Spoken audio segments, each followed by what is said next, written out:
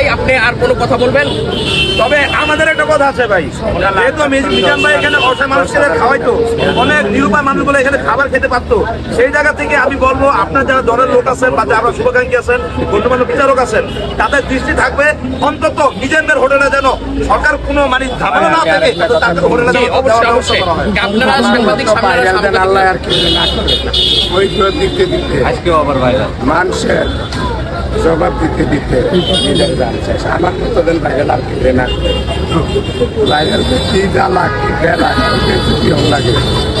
এটা যে হয়েছে আমার ভাই মনে নিয়ে যাইতাম গেছে মানুষের খারাপ করে দিতে আমি যাইতাম আমি এই পর্যন্ত কীর্তন 10টি আর সাহায্য নেই এরপরেও আমার লজ্জা লাগে বলে তবে ডরে লাগছে আর যদি কেউ 10টি আর সাহায্য সহযোগিতা নিতাম তাহলে জিনিসটা কি করতে দেখুন আমার যত শিক্ষা দেওয়া লাগে তত শিক্ষা যেটা 10 লাখ টাকা খরচ করে এই বলায় যেটা না এসছে আমি গরিব খোয়া কাছে বেশি এদিকে প্রোডাক্টটা নেই